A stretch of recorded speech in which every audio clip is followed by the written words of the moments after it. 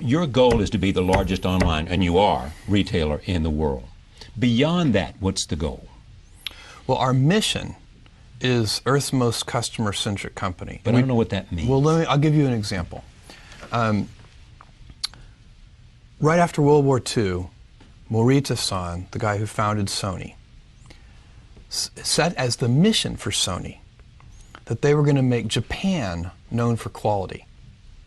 And you have to remember, this was a time when Japan was known for cheap copycat products. And Morita-san said, he didn't say we're going to make Sony known for quality. He said we're going to make Japan known for quality. He chose a mission for Sony that was bigger than Sony. And when we talk about Earth's most customer-centric company, we have a similar idea in mind. We want other companies to look at Amazon and see us as a standard bearer for obsessive focus on the customer, as opposed to obsessive focus on the competitor. So that's one of the reasons we work on differentiated products. It's one of the reasons we take a long-term viewpoint on things. You can't really do the right thing for customers if you're short-term oriented. And if you're going to invent new things, you've also got to be able, and this goes along with long-term orientation, you've got to be willing to endure a lot of criticism. You know, if you're going to put, Kindle is a good example, if you're going to put your back into reinventing a 500-year-old industry, some folks are going to get ornery. It was also feared at one time, those people who had your stock, that once Walmart, for example, got serious about being online, they were going to blow you away. Why didn't that happen? Well, I think it's because we did a good job for our customers. So, you know, you go back in time and we've been called Amazon.toast. Right, I remember. Amazon.con, Amazon.bomb. You know, this is all like in the first 3 years of our existence. Sure, yeah. And that's part of what I'm talking about, the willingness to be misunderstood. If you're going to do things, we lay out what we're doing and we tell people, you know, how we think about things. Like I'm saying to people, you know, the iPad is not a Kindle killer. I'm very clear about that, but it doesn't keep people from writing that. And I'm very clear about why. It's a totally differentiated device. It's $139. Works in bright sunlight. You can read with one hand. It's so light and the battery lasts a month. For $139, why wouldn't you want a device like that? Okay, but let me go back to the Walmart issue, though. Yeah. What was it that made you able to sustain a challenge from the world's greatest retailer? Obsessive customer focus on... But how do you focus on the customer better than they focus on the customer? Well, I mean, they're pretty good at focusing on the customer, too. But we're very differentiated in how we do it. And so our approach, if you think about our retail business, which I think is what you're asking about here, there are really three things that we know are critical. Well, that's the heart and soul of your business, isn't it? Well, and especially relative to the Walmart question, yeah. I think that's the key. It's selection, low prices, and fast, convenient, reliable delivery. So that the shipment side. And so we have... Wait. So Walmart doesn't have low prices, fast, and convenient delivery? I would claim that Amazon has much broader selection. In many cases, if I don't want to be overly bold in my claim, but the online model gives us significant cost structure advantages that lets us have even lower prices than physical stores. Selling online? Well, sometimes they do have umbrella problems sometimes where they don't want to compete against themselves online versus offline. But a Walmart, with all of the volume that it buys, its purchasing power, therefore gives it the ability to offer lower prices. Well, doesn't that give them an advantage they ought to be able to translate? Because their purchasing power is bigger than your purchasing power, is it not? I wouldn't. I think in a lot of the product categories, that ship sailed a long time ago. Meaning what?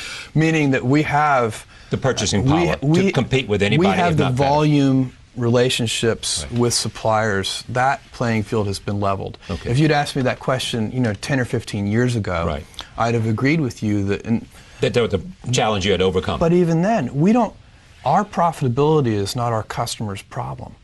We don't take the point of view that we're going to price products, at a particular margin for ourselves. We say we're going to price products competitively, and if that means on that product that we lose money, that's okay, because we need to take care of the customer and earn trust, and we'll figure out over time. And if we find we can't ever make money with that product, we'll stop selling it. But we're not going to make customers pay for any of our inefficiencies, if you see what I'm saying. Did you lose money on the Kindle? Every new business that we have ever invested in, it has taken years. Most businesses have either no impact on our financials for the first 5 to 7 years, or a negative impact on our financials for the first 5 to 7 years. And we do a lot of new things.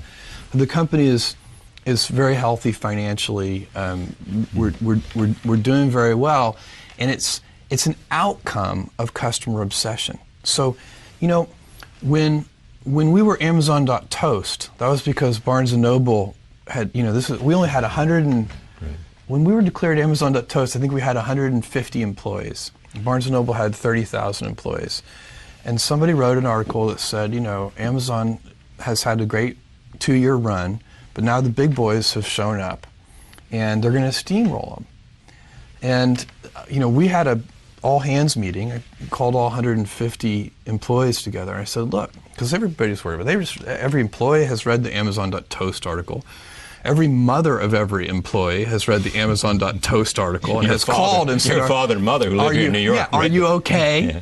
And so we had an all-hands meeting, and I said, look, you should wake up worried, terrified every morning, but don't be worried about our competitors, because they're never going to send us any money anyway.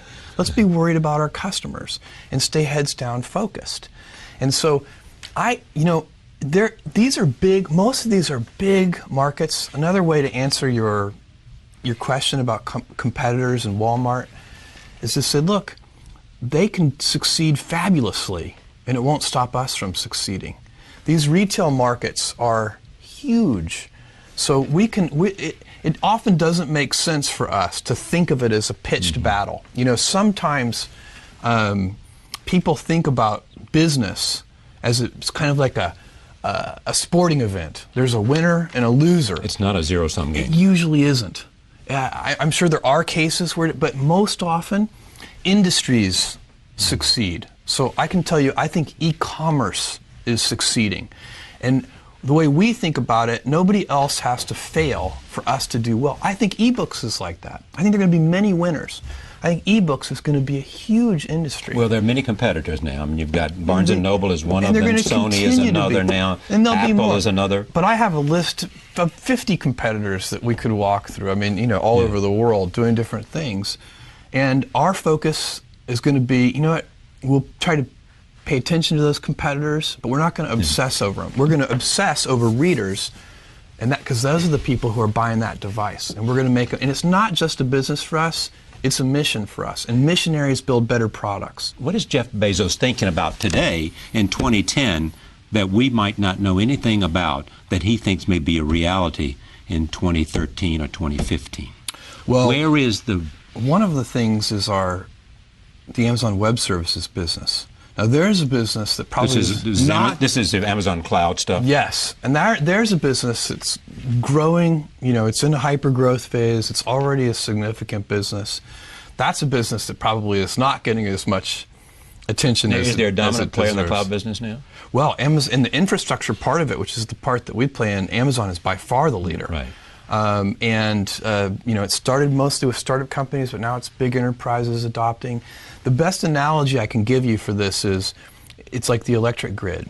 So instead of, right now, big companies build their own data centers, and they buy their own servers, and they put it in. It's a lot of CapEx. There's a lot of price of admission. You have to, if you're going to operate a data center, you have to do it well. But it doesn't differentiate you from your competitors. It's just a price of admission. And so what we do at Amazon Web Services is we sell compute by the hour. We sell compute by the drink. And it's just like buying electricity off the grid instead of having your own power manufacturing, your own power generating plant.